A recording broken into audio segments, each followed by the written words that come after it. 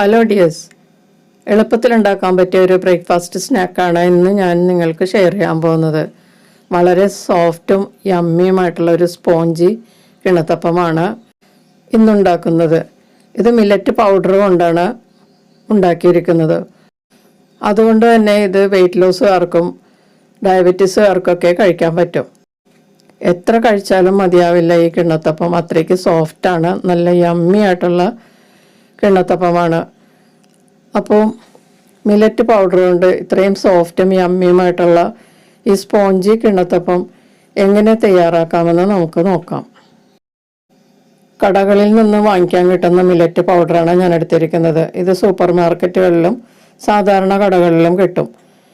ഇത് നമുക്കൊന്ന് അളന്നെടുക്കാം. ഞാൻ 1.5 കപ്പ് മില്ലറ്റ് പൗഡർ കൊണ്ടാണ് ഈ കിണ്ണത്തപ്പം ഉണ്ടാക്കാൻ പോകുന്നത്. അപ്പോൾ ഇത് 1.5 കപ്പ് അളവിൽ നമുക്ക് അളന്നെടുക്കാം.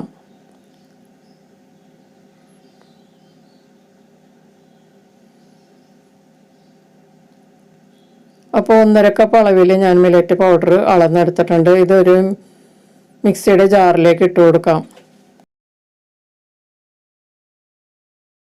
അപ്പോൾ 1.5 കപ്പ് മില്ലറ്റ് പൗഡർ ഞാൻ മിക്സിയുടെ ജാറിലേക്ക് ഇട്ടിട്ടുണ്ട്. ഇനി ഇതിലേക്ക് 2 ടേബിൾ സ്പൂൺ അവല് ചേർത്ത് കൊടുക്കാം. സോഫ്റ്റ് ആകാൻ വേണ്ടിയിട്ടാണ് അവല് ചേർക്കുന്നത്. പിന്നെ ഒരു 3 ടേബിൾ സ്പൂൺ ചിരകിയ തേങ്ങയും കൂടി ചേർത്ത് കൊടുക്കാം. ഇതിലേക്ക് 1 ടീസ്പൂൺ ഇൻസ്റ്റൻറ്റ് ഈസ്റ്റ് ചേർത്ത് കൊടുക്കാം. 1 കപ്പ് അളവിൽ വെള്ളമെടുത്ത് ഇത് കുറേശ്ശെ അരച്ചെടുക്കാം. അപ്പോൾ ഞാൻ ആ 1 കപ്പ് അളവും പിന്നെ ഒരു 1/2 കപ്പും കൂടി ചേർത്തിട്ട് നല്ലതുപോലെ അരച്ചെടുത്തിട്ടുണ്ട്. ഈ കപ്പിനാണ് 1 കപ്പും പിന്നെ 1/2 കപ്പും കൂടി എടുത്ത് അരച്ചത്.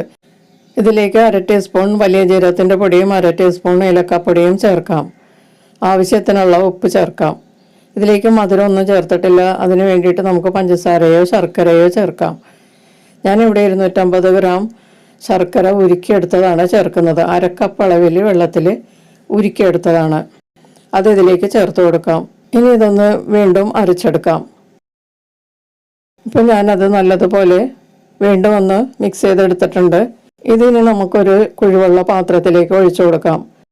ഇതോടൊപ്പം ഈ ചാനൽ ഇതുവരെ സബ്സ്ക്രൈബ് ചെയ്യാത്തവർ സബ്സ്ക്രൈബ് ചെയ്തൊന്ന് സപ്പോർട്ട് ചെയ്യുക. തൊട്ടടുത്തുള്ള ബെല്ലൈക്കണും കൂടി ഒന്ന് പ്രസ് ചെയ്യുക. ഇതിലേക്ക് 2 ടീസ്പൂൺ വെള്ളവും കൂടി ഒഴിച്ചിട്ടൊന്ന് ചുറ്റിച്ചെടുക്കാം. മിക്സിയിലെ ജാറിലുള്ള ബാറ്റർ ഒന്ന് 2 ടീസ്പൂൺ വെള്ളവും കൂടി ഒഴിച്ചിട്ട് ചുറ്റിച്ചതിലേക്ക് ചേർക്കാം. എന്നിട്ട് നല്ലതുപോലെ ഒന്ന് മിക്സ് ചെയ്ത് കൊടുക്കാം.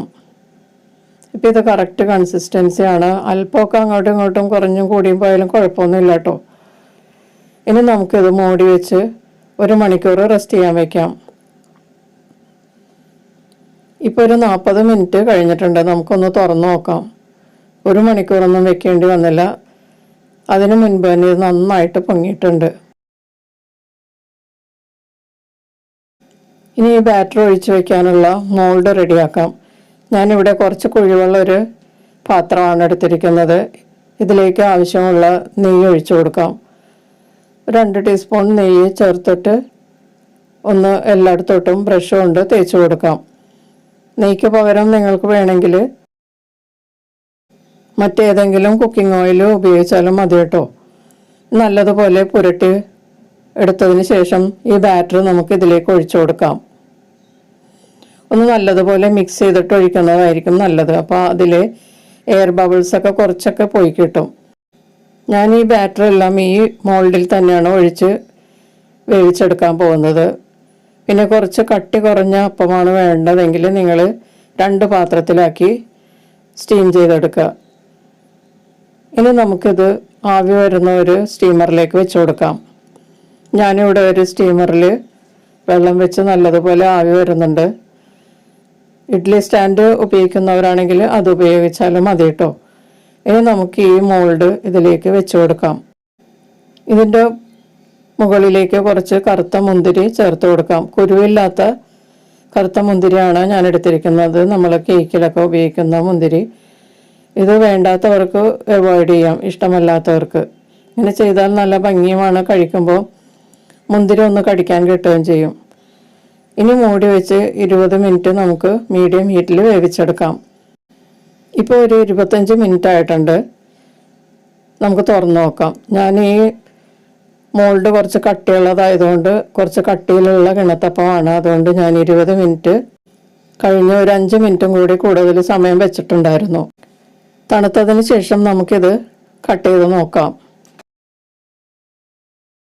ഇപ്പോൾ കിണ്ണത്തപ്പം നല്ലതുപോലെ തണുത്തിട്ടുണ്ട്. തണുത്ത് വരുമ്പോൾ ഇതിൻ്റെ അരികിൽ നിന്നൊക്കെ വിട്ടുപോരുന്നത് നമുക്ക് കാണാം.